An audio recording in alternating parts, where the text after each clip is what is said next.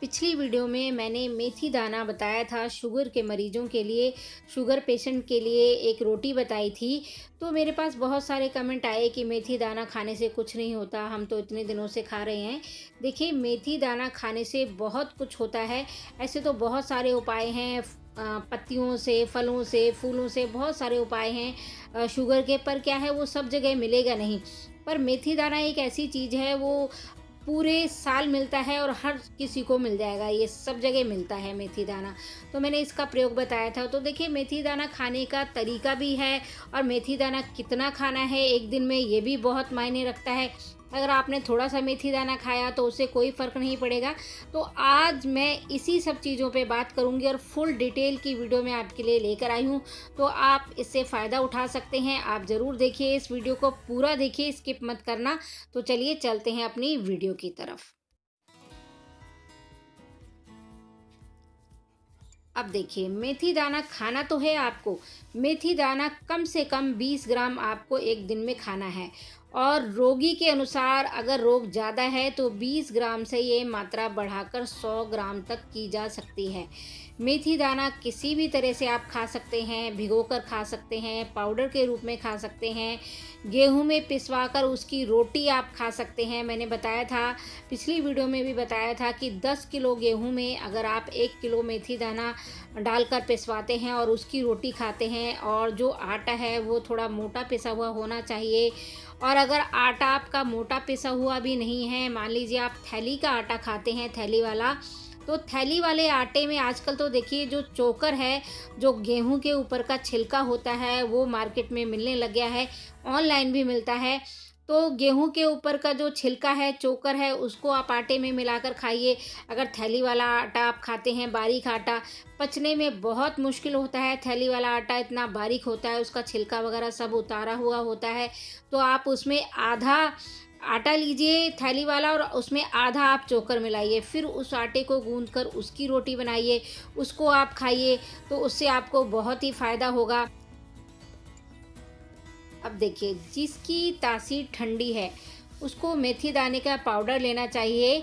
खाना जब आप खाते हैं, 2 टाइम आप मेन खाना जो खाते हैं, तो उससे 15 मिनट पहले मेथी दाना आप पिसवा कर रख लीजिए। 10-10 ग्राम मेथी दाना आपने लेना है गुनगुने पानी के साथ। जिनकी तासीर ठंडी है और जिनकी तासीर गर्म है, उनको मेथी दाना भिगोकर खाना चाहिए। और मेथी दाने का एक और बड़ा फ़ायदा होता है, जो भिगोकर मेथी दाना खाते हैं, कि उनकी आँखों की रोशनी भी तेज़ हो जाती है। अब देखिए, मेथी दाना आप खाते हैं तो उसके साथ परहेज़ करना भी बहुत ज़रूरी है। चीनी आपको एकदम छोड़नी पड़ेगी और मांड वाले पदार्थ हैं, मांड वाले जो भोजन हैं, उनको आपको छोड़ना पड़ेगा। चावल जो हम खाते हैं उसको मांड निकाल कर खाइए, और वो भी बहुत कम मात्रा में। ज़्यादा आपको चावल नहीं खाने हैं, मीठी चीज़ें आपको नहीं खानी हैं। केला आपको छोड़ना पड़ेगा, आलू, अरबी, गोभी, ये सब आपको छोड़नी पड़ेगी। अब देखिए, जो भुने हुए चने आते हैं, उनका छिलका उतार कर अगर आप भुने हुए चने भी खाते हैं कम से कम 10-20 ग्राम डेली, तो उससे भी बहुत फ़ायदा होता है।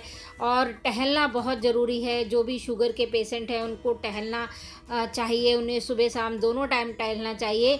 और भोजन में आप बेसन, सोयाबीन, जौ का आटा, दही, पालक, बथुआ, मूली, शलजम, हरा धनिया, पुदीना, खीरा, ककड़ी, नींबू, अदरक, इन सब की जो मात्रा है उनको बढ़ा देना चाहिए। दूध फीका पीना चाहिए, गाय का हो तो ज़्यादा अच्छा है। देसी घी आप ना खाएं और ना ही वनस्पति घी खाएं। और जो जैसे चर्बी से कैलोरी मिलती है, चर्बी वाले खाद्य पदार्थ होते हैं, उसको आप कम कर दें। कैलोरी अधिक लेते हैं तो आपको योगासन करना चाहिए। योगासन करके जो कैलोरी ज़्यादा ली गई है उसको आपको बर्न करना चाहिए। अगर आपका वज़न बढ़ा हुआ है तो वज़न आपको घटाना चाहिए।